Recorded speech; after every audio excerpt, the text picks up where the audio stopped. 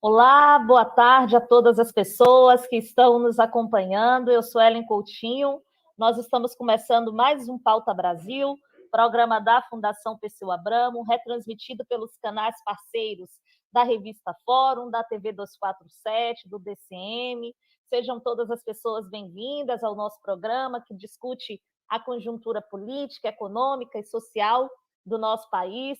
Hoje, o nosso programa vai discutir a situação, a conjuntura atual da Petrobras, a Petrobras que nós esperávamos ter sob nova direção hoje, mas não se concretizou. Mesmo assim, pela importância dessa empresa estatal para o nosso país, nós vamos discutir os rumos da Petrobras, a situação que nós estamos vivendo nessa importante empresa. Estamos aqui com a Juliane Furno, que é doutora em desenvolvimento econômico pela Unicamp. Bem-vinda, Juliane, que bom que você aceitou participar aqui conosco. Estamos também com o William Ozaki, economista, sociólogo, professor da Fundação Escola de Sociologia e Política. Bem-vindo, William, e eu já vou passar a palavra para o William, para ele começar esse diálogo sobre a conjuntura atual da Petrobras. Está sem áudio, William. Obrigado, Ellen. Boa tarde a todos e todas que nos acompanham. Boa tarde, Juliana. É sempre um prazer poder dialogar com vocês.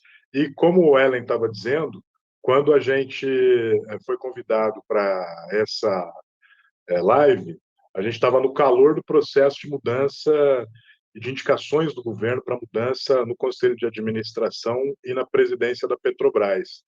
E o que a gente observou aí no final da semana passada e hoje, né, nas últimas horas, foi uma desistência aí tanto da figura indicada para assumir o Conselho de Administração, o Rodolfo Landim, quanto hoje a gente teve a notícia de que o Adriano Pires, que havia sido indicado pelo governo para assumir a presidência da Petrobras, também parece que tem restrições e deve recusar o convite. Portanto, o tema do nosso programa é Petrobras sob nova direção, mas a gente está num momento de indefinição sobre para onde deve caminhar essa direção da companhia. A despeito disso, toda essa mudança, é bom registrar como ponto de partida para essa nossa conversa, se inscreve num conjunto de tensões e num conjunto de disputas internas dentro da Petrobras e que tomaram uma proporção maior no último período, principalmente em função da política de preços da Petrobras. Como vocês sabem, a Petrobras ela vem desde 2016, na gestão do Pedro Parente, ainda no governo Temer, até agora, se valendo de uma política de preços baseada naquele critério que a gente chama de política de preço de paridade de importação, ou seja, aquilo que é produzido no Brasil passa a ser precificado utilizando como critério a flutuação, a variação no preço internacional do barril do petróleo. E como a gente sabe, o principal efeito colateral disso tem sido a subida sistemática no preço da gasolina, do diesel e do gás, que trazem essa inflação de combustíveis que tem marcado o Brasil no último período. Quando a gente olha, né, para essa situação, que a inflação observada só a partir do IPCA acumulado, para ficar numa referência, chegou à casa dos 2 dígitos, quando a gente esmiuça, né, o que está por trás desses mais de 10% de inflação, a gente encontra aí praticamente 1/3 do peso dessa inflação sendo elevado por conta do preço dos combustíveis e da energia elétrica, né? Então, isso tem sido um elemento de carestia muito impactante para o conjunto da população brasileira e principalmente para as camadas de mais baixa renda. Circulou aí nos últimos dias uma pesquisa dando notícias de que as camadas de mais baixa renda já estão tendo cerca de 22% do seu rendimento mensal comprometido só com o pagamento do gás de cozinha. Só para a gente ter uma ideia do impacto negativo que isso tem sobre a vida das pessoas, né? E essa situação, como eu estava dizendo, está ligada a essa política de paridade de preços de importação, né? Ela é uma política que foi adotada pela Petrobras, como eu estava dizendo, desde 2016, num contexto de mudança no plano estratégico da companhia e num contexto de redefinição da atuação da Petrobras no mercado brasileiro. Então, a Petrobras, que nos governos petistas era uma empresa que atuava de maneira integrada, do poço ao posto, como a gente diz no jargão do setor, ela passou a ser reduzida e ter uma série de atividades e segmentos que foram aí objeto de privatização. De 2016 até agora, a Petrobras já vendeu mais de 150 bilhões de dólares em ativos e, enfim, algumas sistematizações de dados, algumas pesquisas que até indicam valores maiores do que esse. E por trás desse desmonte tem aí a decisão da empresa de se retirar de segmentos que são importantes para o mercado nacional e para a garantia do abastecimento do mercado interno. Então, a Petrobras ela se decidiu abrir mão da atuação no setor de gás, no setor de energias renováveis, do setor de fertilizantes. A gente tem sentido os impactos disso nesse período de guerra entre Rússia e Ucrânia. A Petrobras ela decidiu se concentrar única e exclusivamente na produção de óleo crudo pré-sal. E dentre os ativos dos quais ela optou por abrir mão, tem aí uma parte importante do parque de refino. Então, no governo Temer, para dar conta desse programa, a Petrobras ela reduziu a capacidade de processamento das refinarias no mercado brasileiro, ela deliberadamente passou a produzir menos derivados, e com isso o mercado brasileiro foi aberto para a entrada de uma importadores, né? A gente tem mais de 392 importadores atuando no mercado brasileiro, né, atualmente. E isso aprofundou a dependência da importação de derivados no Brasil. Nós sempre tivemos a necessidade de importar uma quantidade de diesel e de gasolina, Ellen. Mas em 2010, por exemplo, no final do segundo governo Lula, nós já tivemos autossuficiência na produção de gasolina. E hoje o Brasil depende de cerca de 30% da importação desse combustível e o mercado interno fica refém dessa entrada de derivados estrangeiros. E com a chegada desse conjunto de importadores, o mercado brasileiro passou a sofrer uma série de pressões para que o preço dos combustíveis fosse internacionalizado e fosse dolarizado. E isso nos trouxe até essa situação que eu estava descrevendo no início de inflação exagerada no preço dos combustíveis, né? E como se não bastasse todo tipo de problemas que essa política de alta volatilidade, de alta flutuação e com viés de elevação no preço dos derivados, né? Como se não bastasse tudo que isso provoca para o conjunto da população, as tensões em torno dessa política também provocam turbulências dentro da própria Petrobras. Então, eu tenho dito que, num certo sentido, essa política de preço de paridade de importação ela tem funcionado como um cemitério de presidentes da Petrobras, porque problemas relacionados aos preços já derrubaram o Pedro Parente, já derrubaram o Roberto Castelo Branco, derrubaram agora o Joaquim Silvio Luna. Então, isso criou um cenário de muita turbulência, até mesmo para a lógica empresarial de funcionamento a partir dos parâmetros estritos do mercado. Então, por conta disso, o governo ele vem recebendo uma série de pressões, tanto dentro da sua própria base aliada, de setores ligados ao Centrão, quanto de setores que ainda apoiam o governo e que estão ligados ao mercado, tentando, cada qual à luz do seu interesse, discutir e interferir sobre essa política de preços. E, ao que parece, o Bolsonaro tomou a decisão de lavar as mãos e entregar esse problema para o Centrão e para o mercado. Para o Centrão, porque o governo indicou o Rodolfo Landim para a presidência do Conselho de Administração, O Landim é uma figura que foi indicada pelo Ciro Nogueira, ministro da Casa Civil, que foi avalizado pelo Arthur Lira, e o Adriano Pires, que foi a tentativa do governo indicar aí um novo presidente da Petrobras, é uma figura que é oriunda aí do mercado de óleo e gás, mas que atua muito mais como um consultor e um lobista do que propriamente como, enfim, um especialista em gestão de grandes empresas, né? Então, esse é o sinal de que o Bolsonaro lavou as mãos e estava tentando entregar para os dois grandes grupos que ainda fazem parte da sua base de sustentação. Quase como se ele estivesse dizendo: olha aí, gente, vocês parlamentares que reclamam que o preço está muito alto e vocês do mercado que reclamam que o preço não tem sido repassado na velocidade que vocês gostariam para os consumidores, ocupem a direção da Petrobras e se resolvam. Só que as duas indicações feitas pelo governo, dessas duas figuras, trombaram aí em conflitos de interesse porque ambos têm relação com empresários e players importantes do setor que acabam configurando conflitos de interesse. Então, em função disso, curiosamente, nenhum dos dois aceitou, pelo que a gente tem notícia, a possibilidade de ocupar a Petrobras. O caso do Adriano Pires é mais curioso ainda, porque o Adriano Pires, ele, no governo Temer, já havia sido indicado para fazer parte do Conselho Nacional de Política Energética.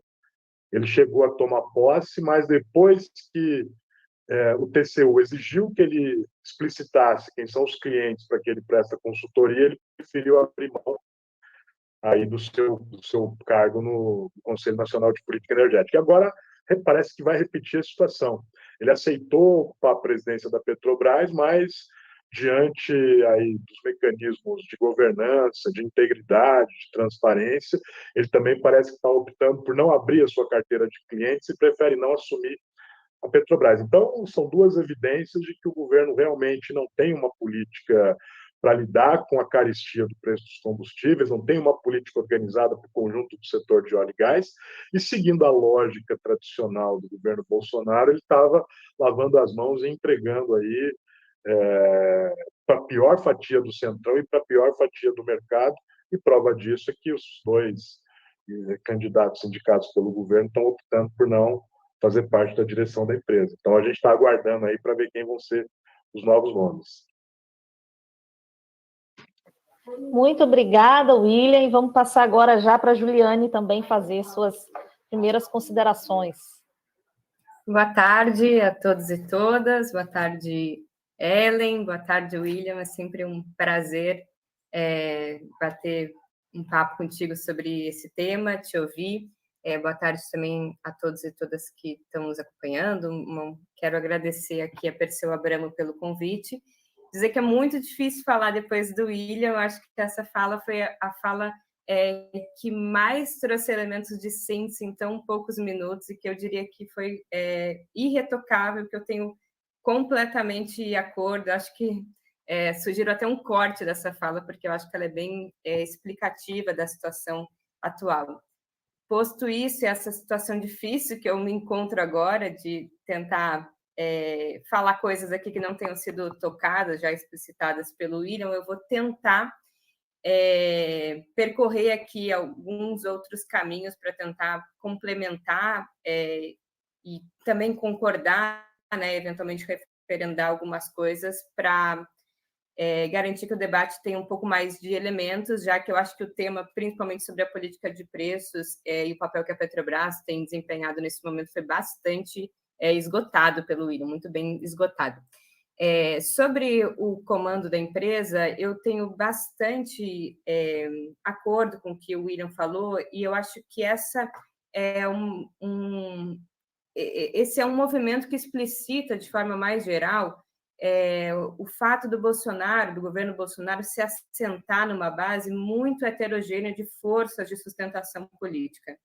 Então, ao mesmo tempo que ele depende, né, em grande medida, da cena para o mercado, o grupo de sustentação, principalmente da base do Congresso, que é mais ligado, vamos dizer, nos trâmites da política, sugere e necessita de um conjunto de medidas que estão principalmente ligadas com o próprio desenvolvimento da economia brasileira e também visando as eleições no ano de 2022. Então, é uma linha muito tênue entre, né, uma solução de compromisso que, ao mesmo tempo, seja, né, compromissada e que dê respostas a essa base de mercado, que é uma grande fiadora do governo Bolsonaro, ao mesmo tempo que tem ali um meandro da política que saiba tomar decisões que estejam coadunadas aqui com elementos que são importantes para a própria reprodução do mandato, popularidade e visão das eleições de 2022.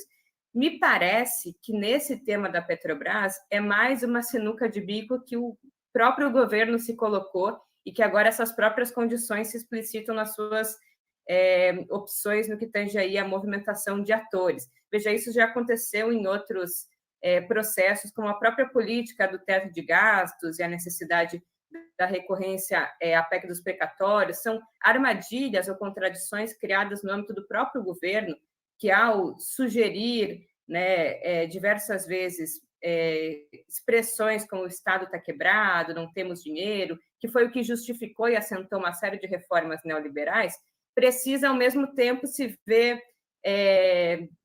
ver um pouco distoante desse tipo de argumento quando precisa compor uma série de políticas públicas que extrapolam um pouco a restrição orçamentária. E essas soluções de compromisso vão, em alguma medida, aumentando os gastos públicos, mas mantendo um certo compromisso com o mercado, que nesse caso foi de não impactar ou de impactar relativamente pouco, né, o pilar que dá aí convergência a esses setores, que é o teto de gastos.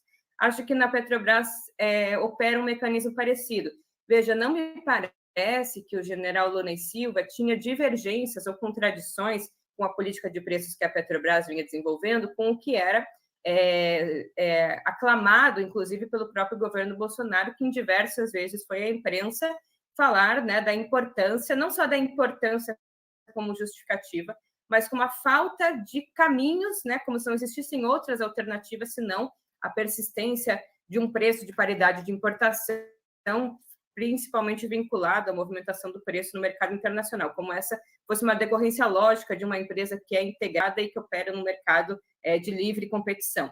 Ele se vê numa situação delicada, o William já colocou, porque é justamente esta política, nesse cenário não só de retomada das atividades econômicas e, portanto, de aumento da demanda de petróleo no mercado internacional, somado com o conflito bélico Ucrânia e Rússia, e com a desvalorização cambial, que pressionam o preço do barril do petróleo no mercado internacional, e o efeito que isso tem no mercado doméstico, que é hoje o principal componente que afeta a inflação de custos no Brasil, que é justamente o preço dos derivados de combustível, né, que afeta de forma direta, né, quem abastece o seu carro, quem utiliza transporte, mas que afeta de forma indireta, porque o derivado de petróleo é um principal custo de produção para vários produtos que vão chegar na prateleira do supermercado com o seu preço aumentado em função da necessidade que os produtores, atravessadores, comercializadores têm de repassar esse custo para o preço final. Ou seja, ele tem um pepino, né?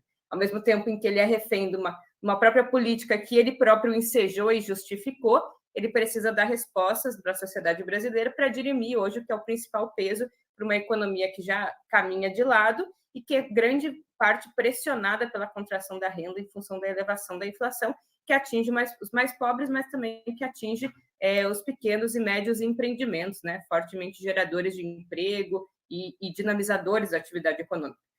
Portanto, né, ao não ser uma divergência do governo Bolsonaro com a presidência da Petrobras, me parece que a opção por trocar 6 por meia dúzia, né, ou seja, trocar um presidente que vocaliza os mesmos interesses de mercado por outro, que mais do que isso, né, um velho conhecido do setor de petróleo e gás, justamente pela defesa, inclusive mais radicalizada da privatização, me parece ser só um aceno para a sociedade brasileira, né, por um lado, como o William falou, né, de que, bom, então, né, os críticos, principalmente o centrão, que optem, né, por uma solução mais adequada para a sociedade brasileira e aparentando, principalmente levando em consideração o andar de um ano eleitoral, aparentando que o Bolsonaro se movimentaria para encontrar soluções de amortecimento dessa crise na sociedade brasileira.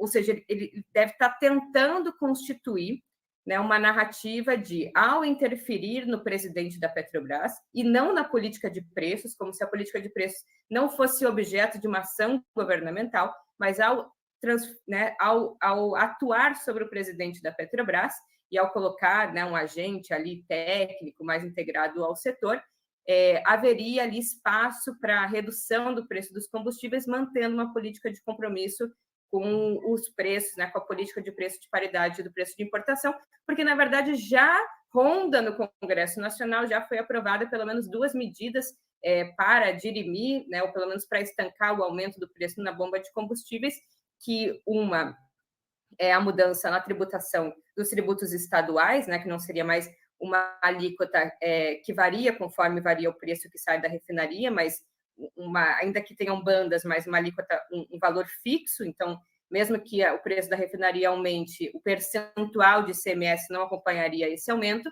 E uma outra política, que é de um senador do PT, o Jean Paul Prats, do Rio Grande do Norte, que é um fundo de estabilização. Ou seja, vai haver políticas, né, ainda que não atuem sobre o problema central, mas que vão estabilizar o preço dos combustíveis, e o Bolsonaro vai tentar capitalizar, me parece, com a mudança da presidência da Petrobras, que essas políticas são resultado de uma ação da própria presidência da República e não, mais uma vez, do Congresso, ainda que uma parte desse projeto tenha vindo do governo, mas foi melhorado ou modificado, né, ao ser relatado no Congresso, como uma tentativa de mostrar que há uma incidência sobre esse problema, né, a compreensão de que esse é um problema da sociedade brasileira, mas, mais uma vez, referendando que esse problema não pode ser solucionado com a mudança naquilo que é central para os setores compromissados com o livre mercado, com a concorrência no setor interno, que é a política de preços, que a gente pode conversar em outro momento. Não é uma necessidade inevitável, né? Outros países que são produtores de petróleo, que refinam grande parte do seu petróleo no mercado nacional, não adotam esse tipo de política, né? O preço no mercado internacional é um preço, sim, de referência para a formação do preço no mercado doméstico, mas ele não é um preço equivalente, né? E muito menos o preço de paridade do preço de importação, que, diferente do preço internacional, ainda como o William falou, adiciona vários custos, como se o Brasil fosse um importador, né, líquido de petróleo, como frete, custo de internalização desse petróleo, tarifas, taxas de importação. Não é verdade, eu acho que é importante a tentativa, né, todo momento que a gente puder desconstruir essa falácia de que este é o único caminho para preservar a saúde financeira da Petrobras e o abastecimento de derivados no mercado interno. A Petrobras nunca de longe vivenciou a possibilidade de um desabastecimento e nem mesmo de perda de receita operacional ou disponibilidade de geração de caixa por utilizar uma política que leva, sim, em consideração o preço internacional, mas, sobretudo, os custos de produção, que têm caído no Brasil, e uma margem de lucro que, em grande medida, está vinculada ao reinvestimento da empresa e não só à distribuição de dividendos para os seus acionistas. Então, tem caminho, é necessário pensar caminhos, ainda que neste momento, né, de um problema candente, que inclusive afeta, né, outros problemas sociais gravíssimos, como a fome do povo brasileiro, políticas emergenciais também precisam entrar aqui em debate. Muito obrigada, Juliane. Já vou passar de volta para o William. As falas de vocês muito complementares sobre essa situação. Nós estamos em 2022, último ano do governo Bolsonaro, ano em que o povo brasileiro tem uma escolha a fazer, se nós continuaremos nesse caminho de crise, nesse caminho que na semana passada foi chamado aqui de uma via expressa, né, para a desigualdade social no país, da via expressa do desemprego, da via expressa da fome no Brasil, que o Brasil pegou quando escolheu o caminho do governo Bolsonaro, quando optou pelo caminho do governo Bolsonaro, e a gente chega no último ano do governo, e essa situação de indefinição nos rumos da Petrobras, no momento em que o povo brasileiro mais precisa dessa empresa estatal, no momento em que a gente está atravessando uma crise profunda, uma crise que gera fome, uma crise que gera desemprego. Nesse momento, a gente tem essa situação de indefinição sobre os rumos da Petrobras, mas de definição sobre aquilo que é central, que é essa política de paridade de preços, né? Ela continua muito bem definida como o que vai dirigir ainda a empresa no próximo período. Então, já vou passar para o William para ele fazer mais alguns comentários para a gente. Ficou num ponto no início da fala dela que eu acho que é muito relevante, que eu queria também destacar e aproveitar aqui para dialogar com isso, que é como esse caso da Petrobras revela uma certa dinâmica de funcionamento do que vem sendo o governo Bolsonaro. E a gente que acompanha o setor já tinha notícias de que poderia haver uma mudança na direção da Petrobras. Ellen, mas essa mudança foi precipitada, muito provavelmente porque o governo também se aproveitou desse cenário, dessa situação, para, mais uma vez, mudar a agenda e criar um fato novo em torno da discussão da Petrobras para desviar o debate público em torno dos casos de corrupção no MEC. Né? Então, mais uma vez, foi um procedimento usado pelo governo para desorganizar a agenda e esconder os malfeitos que ele vem realizando. Né? Então, teve esse componente também na maneira como aconteceu a indicação para essa atual direção. Um outro elemento que eu também acho que merece destaque, que traduz um pouco esse modus operandi do governo Bolsonaro, é que, como disse Juliane, provavelmente não há nenhuma intenção do governo alterar a política de paridade de preços de importação.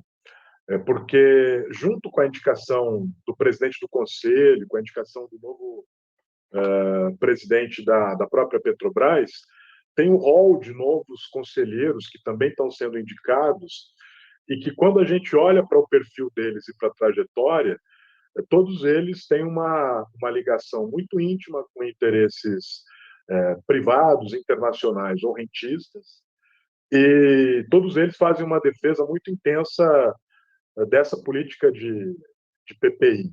Né? Então, só para ficar em dois exemplos óbvios, dois conselheiros que foram indicados por acionistas minoritários. Né? Um deles é um conselheiro que tem uma atuação na Eletrobras, já ligado ao mercado financeiro, e que na Eletrobras ele votou a favor da privatização da empresa. E um outro conselheiro indicado também pelos acionistas minoritários participa do conselho de administração da BRF, da BR Foods, que hoje é uma empresa que tem no seu conselho de administração o Pedro Parente, que foi o responsável por implementar essa política de preços na Petrobras em 2016. Então, efetivamente, um movimento de manutenção dessa política dentro da direção da Petrobras e que vai sendo bagunçada à luz do debate público com essas movimentações erráticas feitas pelo Bolsonaro e agora também por conta dessa bagunça gerada pela recusa das duas indicações que estão à frente da empresa. Então, realmente, eu concordo com a Juliane, isso é um sintoma, né, Juliane, no nosso setor e na maior empresa desse segmento, que é a Petrobras, dessa desorganização geral que toma conta de uma parte do centrão do mercado, e a gente viu nos últimos dias também aí dos adeptos da terceira via. Né? Então, o que a gente tem observado é uma bateção de cabeça, um barata voa, que vem desde a discussão da macropolítica, com as movimentações tortas que a gente viu do Dória e do Moro, e desce para a política setorial, empresarial, com essas movimentações erráticas para a indicação da direção e do conselho da Petrobras. Então, realmente, o que a gente observa é um governo que está preocupado com o processo eleitoral e que está completamente, enfim, se desresponsabilizando do que precisa ser feito para lidar com essa situação dramática que a população brasileira está atravessando. Então, esse tipo de movimentação, quando a gente assiste no ano eleitoral, em última instância, tem como objetivo não mudar a política, mas ganhar tempo. Né? Porque só nessa brincadeira, que aí muda a direção, não muda a direção, quem vai ser indicado, quem não vai ser indicado, considerando que a reunião do Conselho de Administração da Petrobras, que ratifica a lista de enviados pelo governo, vai acontecer só em 13 de abril. Então, a gente vai passar, provavelmente, os próximos dias elucubrando, especulando e discutindo o que pode vir a ser a nova direção da Petrobras. Enquanto isso, a política de preços permanece promovendo carestia para o conjunto da população. Então, só nessa brincadeira, o governo já ganhou metade de abril. Depois vai assumir a nova direção, seja ela qual for. E aí, provavelmente, a imprensa, os especialistas vão passar aí mais 15 dias tentando entender quais vão ser as características dessa nova administração da Petrobras. E, claro, vai ter um prazo aí que vai se acompanhar o que a empresa vai fazer com a expectativa de descobrir qual vai ser a nova frequência de reajuste dos preços. Se vai ser 15 dias, 30 dias. A última demorou 57. Então, tem uma margem aí de 50, 60 dias para o governo fazer essa travessia do primeiro semestre, empurrando com a barriga uma solução definitiva para o problema dos preços, né? Enquanto isso, ele vai injetando dinheiro nas prefeituras, nos governos estaduais, né? Seja por meio do orçamento secreto, seja por meio de medidas que o governo vem adotando, perdão de dívida do FIES, liberação de recursos para Vale Gás, enfim, uma porção de ações com finalidade eleitoreira, no limite, que não vão servir para resolver o problema da economia brasileira, mas podem sim criar uma sensação de alívio numa parte do eleitorado, e isso pode ter um peso na disputa política. Então, o Bolsonaro está jogando com o jeito que ele sempre conduziu o governo, que é terceirizando responsabilidades e se preocupando só com a eleição, e jogando com o calendário para não dar uma solução mais sentido. Atravessar o período eleitoral momento delicado, tanto no cenário internacional, guerra, aumento do preço do barril do petróleo, explicitação de que a infraestrutura de energia é fundamental para a soberania dos países, né? Quanto por motivos internos, eleições, incertezas e riscos políticos que a gente tem essa travessia, né? O cenário vai jogando com esses elementos para ganhar tempo e, com isso, colocar em curso a sua estratégia. Então, mais do que nunca, é fundamental para nós fazermos a denúncia do que está acontecendo com a Petrobras e aprofundar e explicitar esse diagnóstico de que tem uma relação direta entre o desmonte da Petrobras, de um lado, e a inflação de combustíveis, de outro. E no meio do caminho tem esse consórcio, essa mistura, né, de neofascismo, militares, centrão, uma parcela do mercado, tentando ganhar tempo e fazendo isso às custas, né, do ônus que a população está pagando. William, obrigada. Juliane.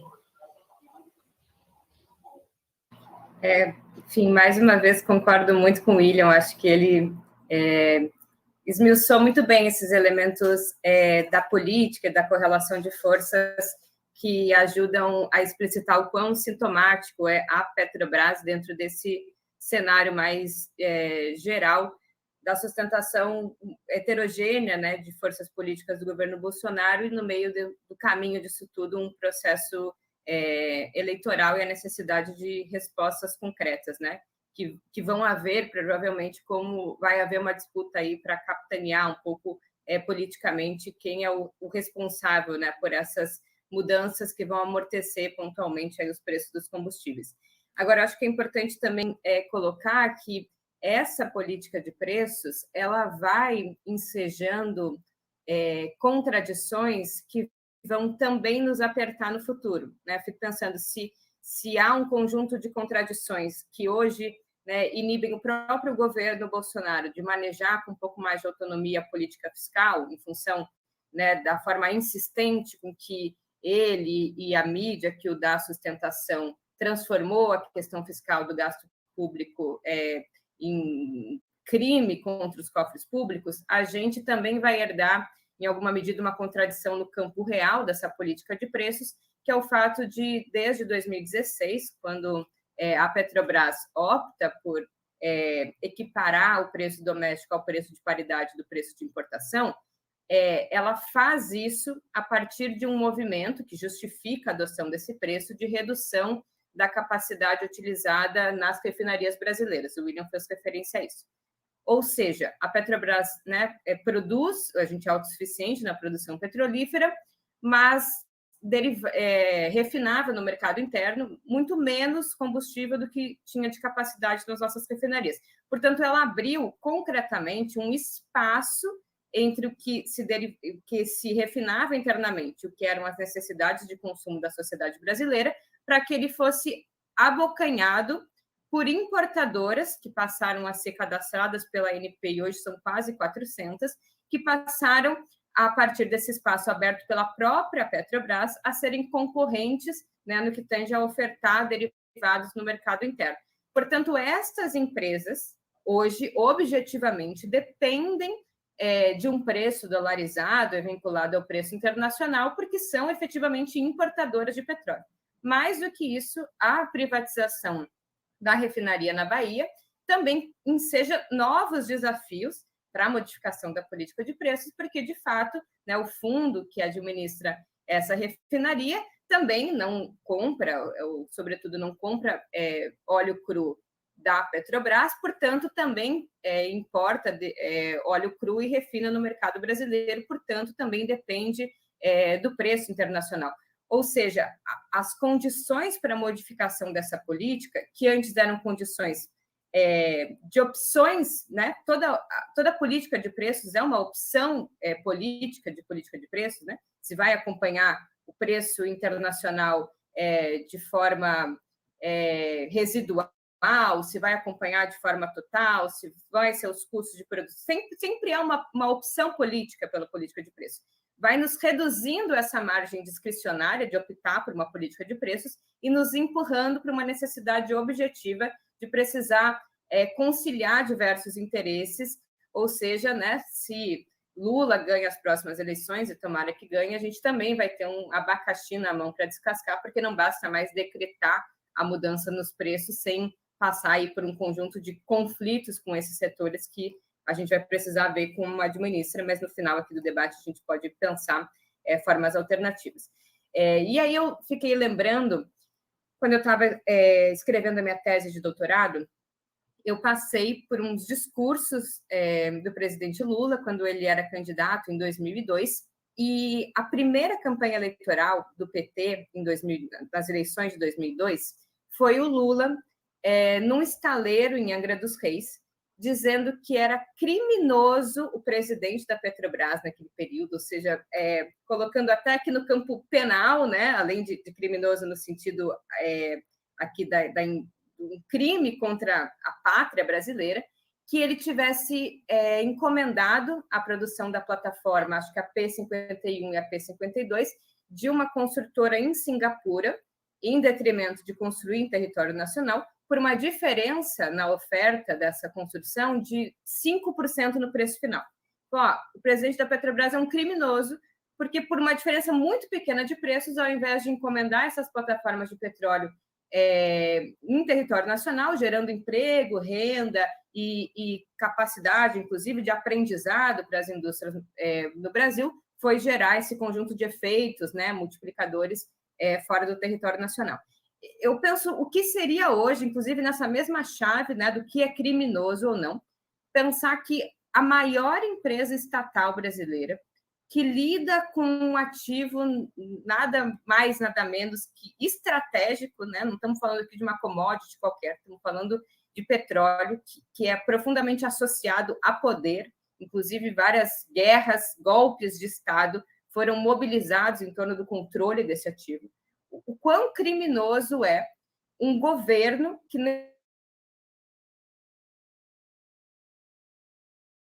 nem passou por um processo de privatização na prática, ainda que não de direito, e obter ganhos exorbitantes no que tange ao lucro líquido, operacional e líquido da empresa, no meio de uma grave pandemia em que é o preço dos combustíveis o principal responsável, ou um dos principais responsáveis pelo empobrecimento da sociedade brasileira e a dirimida capacidade, inclusive, de soerguimento do mercado interno, porque a inflação, ao corroer renda, reduz a disponibilidade ali de compra de outros bens e de outros serviços, portanto, reduz a própria circulação monetária.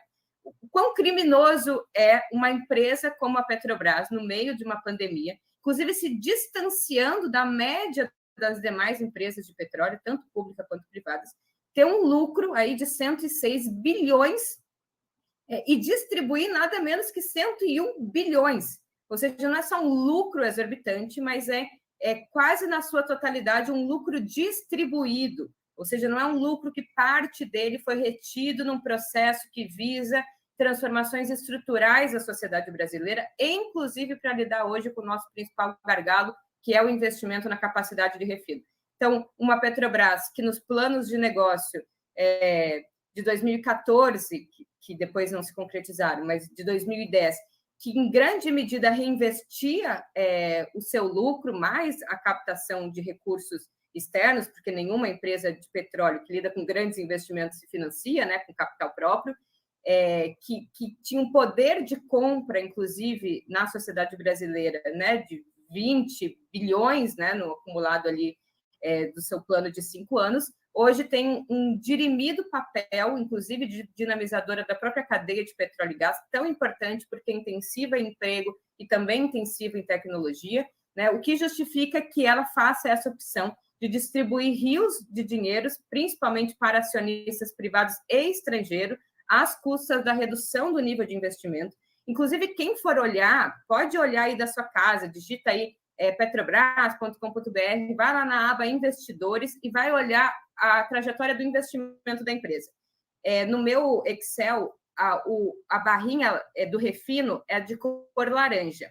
Quando você vai olhar a média histórica, a cor laranja não aparece mais no ano de 2020, porque é tão residual o investimento em refino no governo Bolsonaro, especialmente no ano de 2020, que a cor laranja não consegue aparecer no gráfico de tão estatisticamente relevante. Ou seja, a necessidade, nós estamos dizendo, a necessidade de investimento em refino, porque o Brasil hoje importa 30% da gasolina. A Petrobras, que sempre edificou até hoje toda a infraestrutura na cadeia de petróleo e gás, porque se fosse esperado do setor privado, a gente não teria nada, inclusive o mercado está aberto desde os anos 90 e ainda assim não se construiu uma refinaria privada no Brasil. A Petrobras, que poderia cumprir esse papel, hoje se apequenou completamente, desinveste, transfere a gestão desses recursos para a iniciativa privada e distribui lucro, tendo uma taxa de retorno sobre o seu patrimônio líquido, ou uma taxa de lucro em torno ali dos 23%. Gente, uma taxa de lucro de 23%, o Gabriele fala sobre isso, é mais do que o mercado de drogas, de ilícito. Nada tem 27% de lucro. Esse é um lucro exorbitante. Não há necessidade de uma empresa ter esta margem de lucro, enquanto as demais empresas do setor de petróleo e gás têm um lucro em torno de 8%, 9%, e principalmente num período de amarguras profundas da sociedade brasileira causada por isso. Então, eu queria encerrar nessa chave do quão criminoso isso é para a pátria e para a sociedade brasileira. Olha, brilhante esse bate-bola entre Juliane e o William, muito legal mesmo. E essa chave que a Juliane traz sobre essa taxa de lucro, a gente vai pensar esse lucro distribuído e pensa que a Petrobras ainda vendeu parte dos seus ativos, né? Segue desconstruindo os ativos da empresa, né? Então, vendendo refinarias, enfim, ações realmente criminosas. Mas vou passar para o William, nós estamos chegando aí nos 15 minutinhos finais já do nosso Pauta Brasil, então estamos caminhando para as conclusões, William.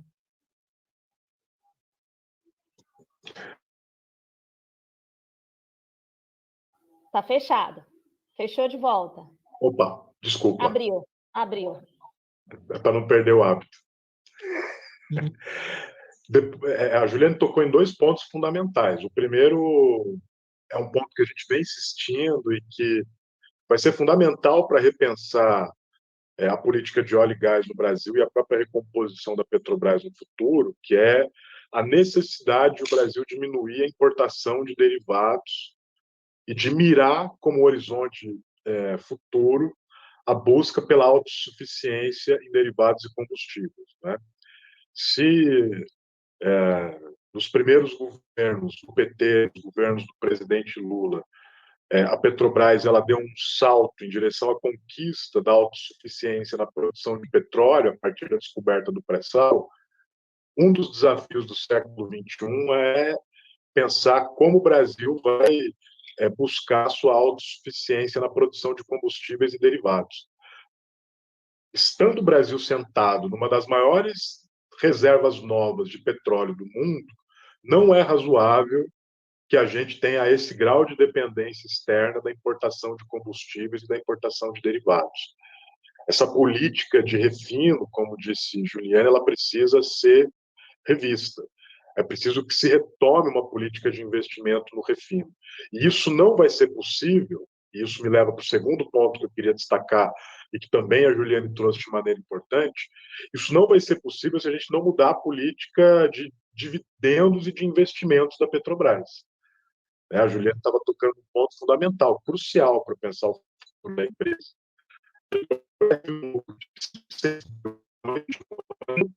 E 101 bilhões ela distribuiu em dividendos.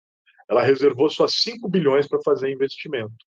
Quer dizer, essa Petrobras, com esse plano de investimento, não teria descoberto o pré-sal, não teria alcançado a autossuficiência na produção de petróleo e não estaria gerando os lucros extraordinários que ela está gerando hoje.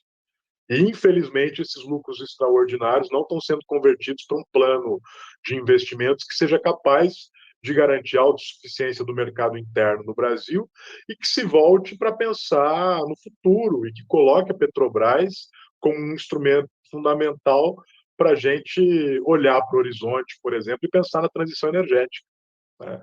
Então, isso tudo se perdeu no meio do caminho e a Petrobras hoje é essa imensa máquina de distribuição de dividendos para os seus acionistas e de repasse de preços altos para o conjunto dos consumidores, né? Não é aceitável que o lucro da Petrobras, e aí eu coloco isso também para a gente caminhar para as conclusões, a gente não pode esquecer que a Petrobras é uma empresa estatal, e como empresa estatal ela tem uma mas não há lucro só para distribuir dividendos para os acionistas, tem lucro que isso possa ser parte dentro de um projeto de investimento que nos permita utilizar a petroleira para o desenvolvimento econômico, digital,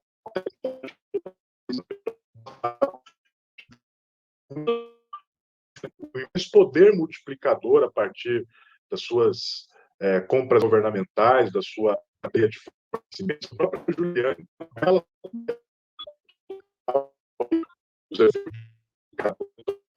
como eles são utilizados e serviram como parte das alavancas para o desenvolvimento dos nossos governos. Então, isso tem feito sendo tomado.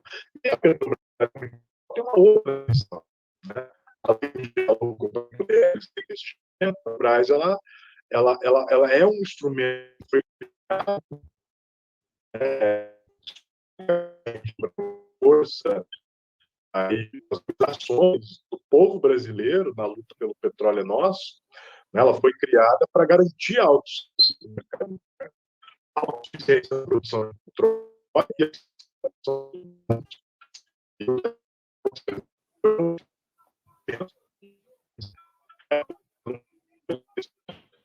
William, Oi, perdão. Sua internet oscilou um pouco, a gente está com a dificuldade de lhe ouvir. Talvez seja melhor você fechar o vídeo um pouco. Perdão, vou fechar um pouquinho aqui. Pode ajudar então, isso. Mas também não vou me estender, não. O que eu estava só querendo chamar a atenção, em diálogo e na ideia que Juliane estava colocando, é que a gente não pode perder do horizonte a dupla missão da Petrobras, que é ter lucro, sim, mas não para distribuir dividendos, só para organizar um plano estratégico, um plano de investimento robusto para o desenvolvimento econômico brasileiro. E a Petrobras precisa ser parte da garantia da autossuficiência, tanto na produção de petróleo quanto na produção de derivados no Brasil. Então, retomar a função da Petrobras como empresa estatal a partir dessa dupla missão, entendida nesses termos, é um elemento fundamental para o próprio futuro do desenvolvimento econômico, industrial e tecnológico do país. Mas era isso. Muito obrigada, Nuzak, melhorou bastante quando fechou a imagem. Eu vou passar agora para a Juliane, para ela fazer os comentários finais nesses últimos 5 minutos, e depois para o William novamente, antes da gente encerrar. Juliane. Vou seguir na esteira do que o William falou e apresentar o quanto o processo de criminalização do Estado, do gasto público e das empresas estatais serem alçadas a essa condição de instrumento de desenvolvimento nacional tem sido tão acelerado que ele passa incólume até alguns questionamentos, né, de ordem até mais jurídica. O Bolsonaro e o próprio judiciário têm apresentado, né, justificativas como o Estado não pode intervir na política de preços, porque e outros influenciadores digitais que têm servido aí de sustentação a essa política liberal, porque é uma empresa de capital mista, né, e não é o Estado que coordena. Façam o mesmo exercício, o mesmo raciocínio para uma empresa privada. Né? Diga para o acionista majoritário de uma empresa privada que ele não pode definir o preço do principal produto que ele produz. Não faz completamente nenhum sentido. Por que só valeria para o Estado? Né? Isso só vale porque há aí um processo em curso já há bastante tempo de profunda criminalização do gasto público e a associação do Estado à ineficiência, a associação do Estado e do patamar elevado de investimentos à corrupção, que serve justamente para constranger, né, que o Estado atue com o seu papel, que é organizar e mobilizar as empresas estatais que lidam com esses ativos estratégicos para que cumpram o que o William bem colocou, que é essa tarefa dupla, que ao mesmo tempo cumprir com objetivos microeconômicos de ser empresa eficiente, lucrativa, e ao mesmo tempo que olhe para um horizonte mais alargado como parte de empresas que têm uma responsabilidade com o interesse nacional e coletivo.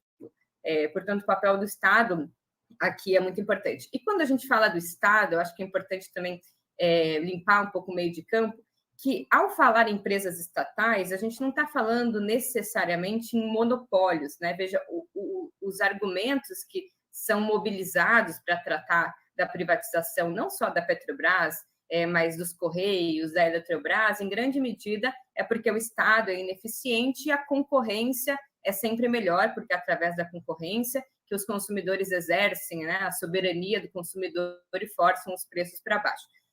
Né? O fato da Petrobras ser estatal não quer dizer que o mercado de petróleo e gás seja monopolista, nem no refino, nem na extração e produção de petróleo.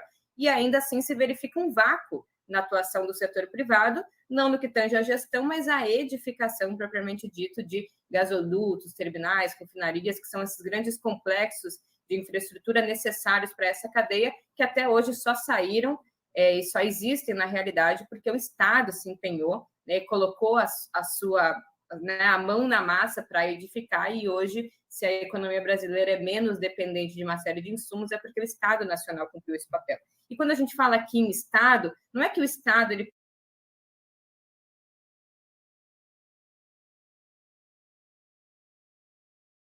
precisa garantir toda... Eu caí? Virou meu vídeo. Voltou agora o áudio. Então, não é que a gente tem obsessão por empresas públicas e controle estatal. Veja, o Estado não precisa, por exemplo, fornecer água mineral, cerveja, uma série de outras coisas, capinha de celular, que tem hoje um livre mercado, você vai na feira e compra. Isso aí tá tudo bem. Mas o Estado precisa justamente atuar naqueles setores que são estratégicos e necessários até para garantir que existe a iniciativa privada, né, Ellen? Não é que eles não concorrem, é que o Estado ajuda a existir iniciativa privada na medida em que ele investe, principalmente em indústria de base. E nós estamos falando aqui de um mercado de petróleo, de óleo e gás, que não nunca foi, nunca será livre concorrencial. Porque não refinar petróleo, extrair petróleo, não é uma coisa que você faz da garagem da sua casa, como você faz cerveja artesanal, qualquer outra coisa. é um grande investimento, portanto, são grandes e poucas empresas que coordenam esse mercado. Então, a dinâmica da redução do preço via concorrência não se dá nesse tipo de mercado.